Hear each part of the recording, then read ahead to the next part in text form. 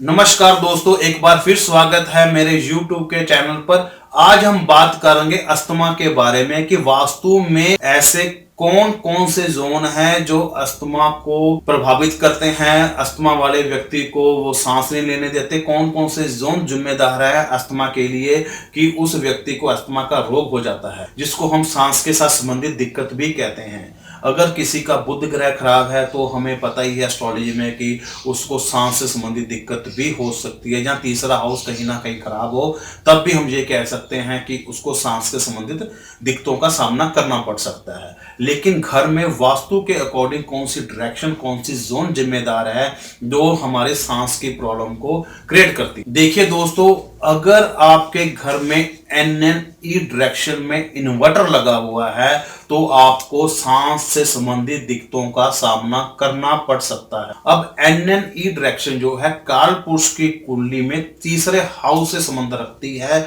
और इन्वर्टर जो है वहां पर बहुत निषेध माना गया है। अगर NNE में इन्वर्टर होगा तो उस जातक को सांस से संबंधित दिक्कतों का सामना करना पड़ेगा, क्योंकि NNE डायरेक्शन जो होती है वह से संबंधित डायरेक्शन होती है और इन्वर्टर वहां पर उस डायरेक्शन को खराब कर देता है। उसके बाद हम बात करते हैं नॉर्थ वेस्ट के बारे में, जो चंद्रमा का जोन है। अगर जहां पर जरूरत से ज्यादा हरा रंग, जहां पौधे लगे हों, तब भी उस जातक को सांस से संबंधित दिक्कतों का सामना करना पड़ता है।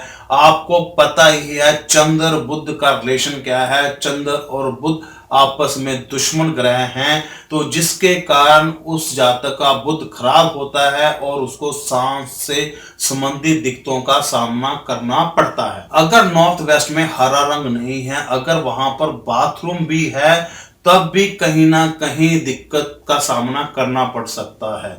अगर वहां पर पिस्ता रंग किया हुआ है, जहां कुछ ऐसी एंटी एक्टिविटी की हुई है, एंटी कलर एक्टिविटी की हुई है, तब भी उस जातक को सांस के साथ संबंधित दिक्कतों का सामना करना पड़ सकता है। दोस्तों, आपको ये मेरा वीडियो कैसा लगा? मेरे वीडियो बहुत छोटे होते हैं। अगर आप इन वीडियो को ध्यानपूर्वक सुनोगे तो आपको किसी एस्ट्रोलॉजर के पास जाने की जरूरत नहीं पड़ेगी, आप अपना वास्तु खुद ब खुद कर लोगे। तो अगर आपको ये मेरा वीडियो पसंद आया हो तो इसको लाइक कीजिएगा, शेयर कीजिएगा, कमेंट बॉक्स में मैसेज कीजिएगा। हम मिलेंगे एक अगली वीडियो के साथ, तब तक के लिए नमस्कार।